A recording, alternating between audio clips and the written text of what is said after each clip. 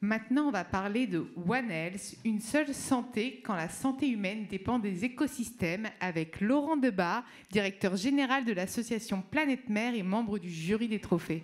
Bonsoir Laurent.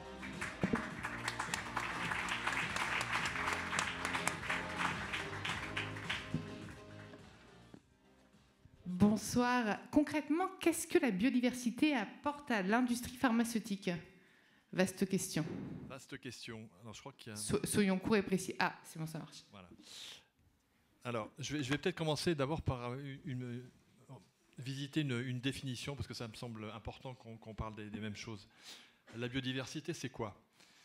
Je vous ai amené un petit poisson. Ce petit poisson, c'est une girelle, hein, du nom de latin de Coris julis. C'est un élément de la biodiversité.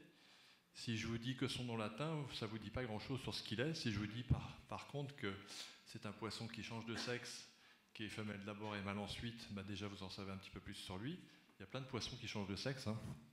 Et heureusement, ils n'ont pas attendu l'industrie pharmaceutique pour changer de sexe, parce que je sais qu'il y a un impact de cette industrie sur les océans et sur le sexe des poissons. La dorade, par exemple, change de sexe aussi. Elle est mâle d'abord, femelle ensuite. Mais ce que je veux dire par là, c'est que le simple nom de Coris julis ne me dit pas grand-chose. Et si je prends un autre exemple, qui est celui des Homo sapiens, si je prends l'exemple, par exemple, d'Alice, si je vous dis Alice est un Homo sapiens, ça ne vous dit pas grand-chose. Si vous la regardez, vous pouvez penser qu'effectivement c'est plutôt une Homo sapiens qu'un Homo sapiens, mais ça ne vous dira pas grand-chose non plus. En revanche, si on avait le temps et si on pouvait discuter, échanger pendant très longtemps, on comprendrait qu'elle est en lien avec des milliers de personnes, qu'elle a des goûts, des envies de voyage, que culturellement elle préfère tel ou tel type de musique, etc. Bref, qu'on pourrait représenter autour d'Alice des milliers de fils qui partent d'Alice, des fils invisibles qui la relient à l'ensemble de ces écosystèmes et que viennent vers elle ces milliers de fils. Et si j'avais le funeste pouvoir de faire disparaître Alice, et si elle était elle-même la dernière représentante d'une espèce en danger, eh bien c'est l'ensemble de ces fils que je couperais, et c'est donc l'ensemble de ces écosystèmes que j'impacterais. Et donc chaque fois qu'une espèce disparaît, eh bien c'est ce qu'on fait. En fait, on fait un trou dans le tissu du vivant, et c'est ça qu'il faut comprendre par le terme de biodiversité. Qu'est-ce que ça veut dire in fine ? Ça veut dire que nous en sommes à la fois partie intégrante de cette biodiversité, et qu'on en est évidemment hyper dépendant et solidaire. De ce point de vue, l'industrie pharmaceutique, pour répondre à votre question, Alice... Il m'a devancé. Je vais vous emmener dans un endroit qui est très très loin de chez nous, qui s'appelle l'archipel de Crozet, dans lequel vit une très très grosse manchotière, des manchots royaux, qui sont des animaux absolument fantastiques. Ce n'est pas des oiseaux qui volent dans l'air, c'est des oiseaux qui volent dans l'eau.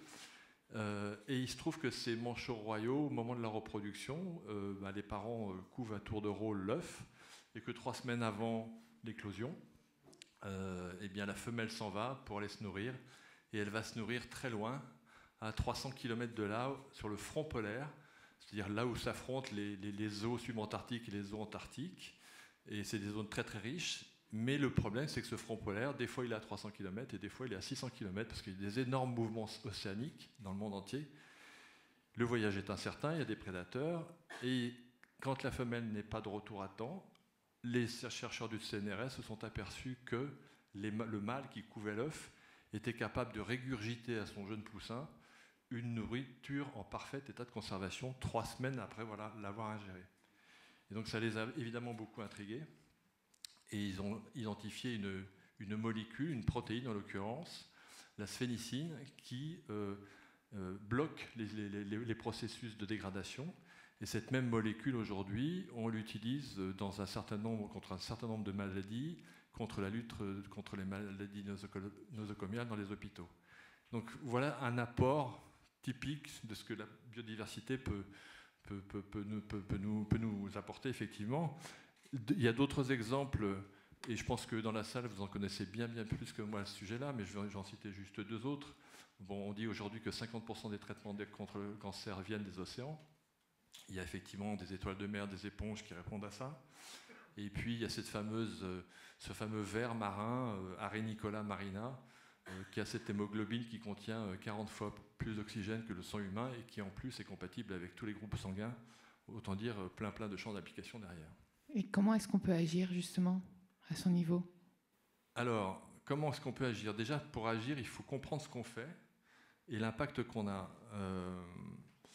L'océan, on ne le sait pas forcément, mais c'est déjà 50% de l'air que nous respirons. Donc une respiration sur deux, c'est l'océan.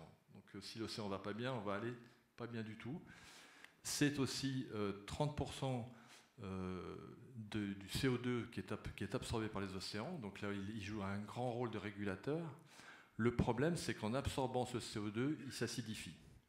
Et en s'acidifiant, il met en danger des petits organismes marins qui répondent au joli nom de coccolithophoridae. Ce sont des micro-algues et dont les plaques calcaires risquent de disparaître avec l'acidification des océans.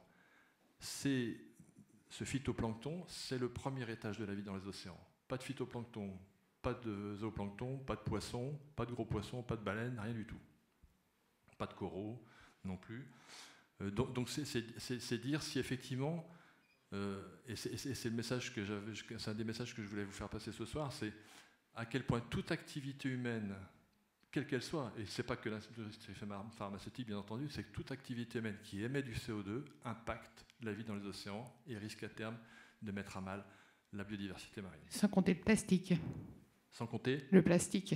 Alors, évidemment, il y a bien d'autres... alors ça, c'est juste un petit schéma pour vous montrer que, en plus, l'océan, c'est le grand climatiseur mondial, et qu'en ce moment, on voit, justement, parce qu'il y a des fontes des glaces, c'est un grand tapis roulant, hein, ça a mis 1000 ans à peu près à faire le tour de la Terre, ça passe dessous, ça revient dessus, etc.